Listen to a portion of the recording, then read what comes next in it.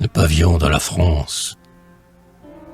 Nos armes qui portent nos drapeaux tricolores, qui brillent sous les rayons d'or du soleil qui dès l'aube du jour les illumine tour à tour.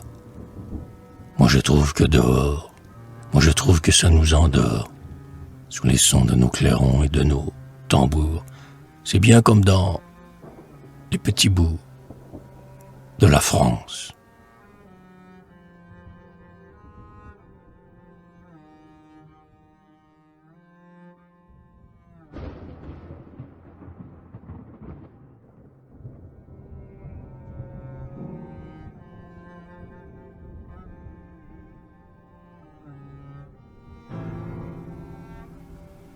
Le dinosaure. Il était gigantesque. Et son nom, je vous dis, était presque aussi grand que lui.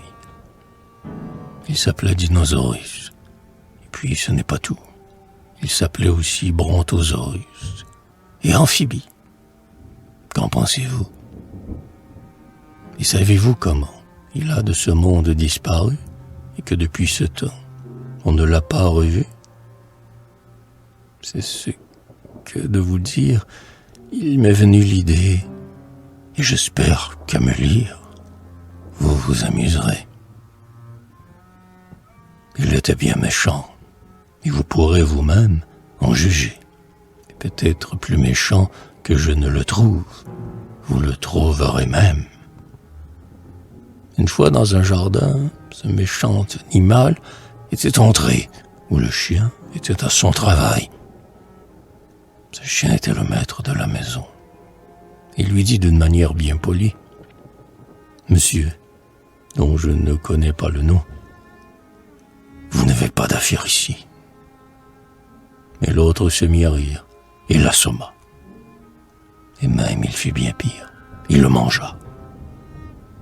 Lorsque du chien la femme et les enfants virent cela, ils prièrent Notre-Dame de punir ce meurtrier-là. Aussi leur prière fut exaucée, et l'Éternel le jeta dans la mer et le changea en sel.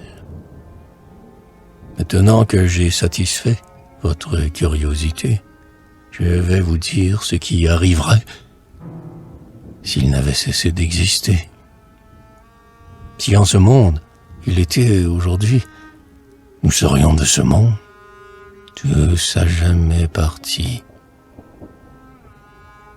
Car s'il avait des vivres continués, il nous aurait comme moucherons gobés.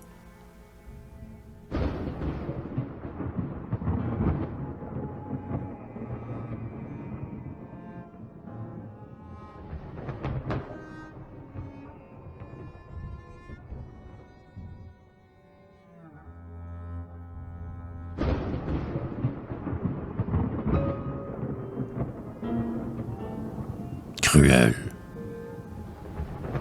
Te souviens-tu, André, quand nous allions tous deux dans le joli sentier? Alors, j'étais heureux. Quand mes lèvres d'amant se posaient sur les tiennes, dans un baiser fervent, je te disais, je t'aime. Te souviens-tu, infidèle, de ces beaux soirs d'été qui, par ta faute cruelle, sont pour moi déjà passés? Car en ce jour maudit, tu déchiras mon cœur lorsque, monsieur, tu me dis, cherchez l'amour ailleurs. Mais je ne cherche ailleurs, pourtant pas cet amour. Et à quoi bon d'ailleurs? Malheureux, je le serai toujours. Et cependant que pour sauver la tienne, je donnerai avec amour ma vie. Toi, pour mettre un peu d'espoir dans la mienne, tu ne me donnerais pas un seul baiser d'ami. Et cependant mon amour repoussé reste et restera toujours pour toi cruel. L'amour, je le sais, mais amour fidèle.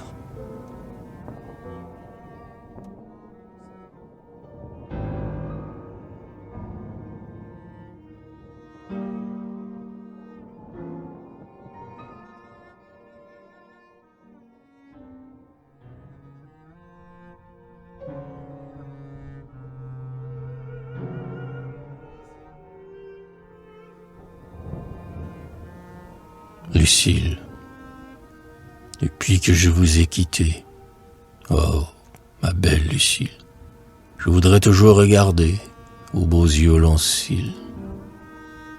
Ma Lucille jolie, quand seul je sors le soir, les étoiles me sourient, et pour moi tout est noir. Car, loin de vous, chérie, mon cœur est toujours sombre. La mélancolie y vient jeter son ombre. Mais quand je vous reverrai, votre sourire dissipera cette ombre. Et bien aimé, encore on parlera des beaux rêves futurs et des chagrins passés, près du ruisseau qui murmure dans l'herbe pleine de rosée.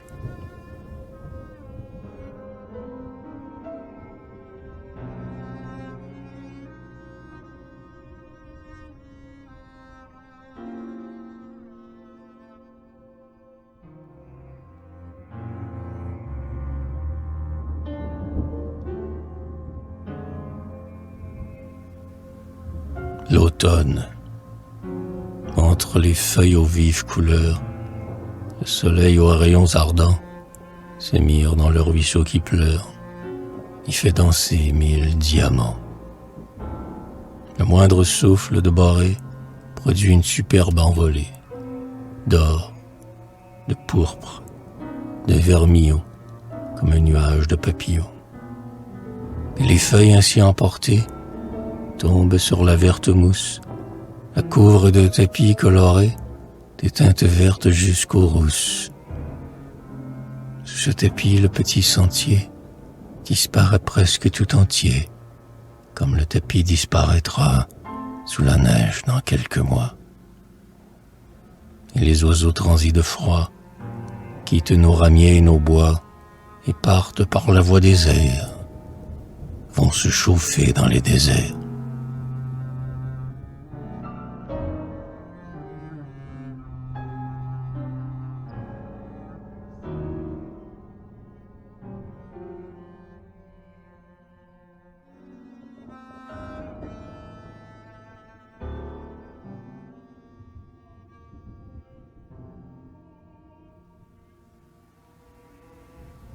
L'heure du souvenir. Voici l'heure éplorée au parfum des lilas, où l'on se ressouvient des choses que l'on regrette. L'heure où tout dans les bois et les plaines s'apprête à l'oublieux sommeil des cœurs qui sont trop là. Voici l'heure éplorée où l'on entend les pas qu'on écoutait venir, où la brise répète l'aveu qu'on nous a dit par un bleu soir de fête. Mais les yeux tant aimés, on ne les revoit pas. Voici l'heure éplorée au parfum de mystère, où tout ne s'efface parmi le tremblement dernier du vent qui meurt, l'heure où tout va se taire, où tout semble écouter la plainte de la terre et du dernier espoir l'évanouissement. Voici l'heure éplorée aux sanglots solitaires.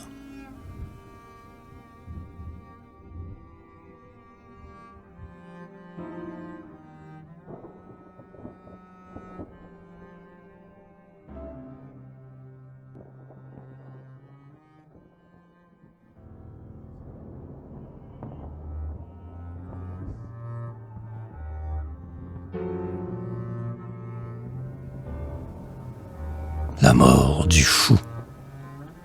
Aviez-vous vu passer, ici, la blonde fille, au beau corps élancé, à l'œil brun qui scintille, d'un éclat indompté?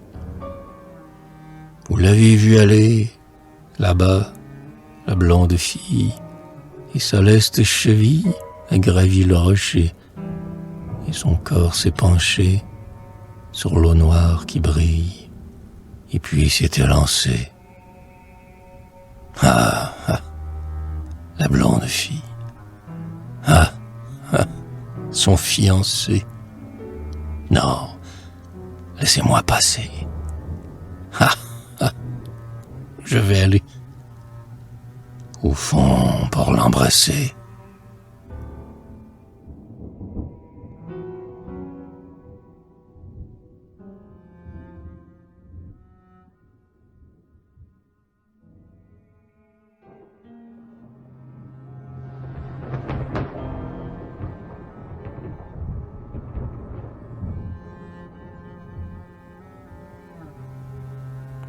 Pauvre âne, je te plains.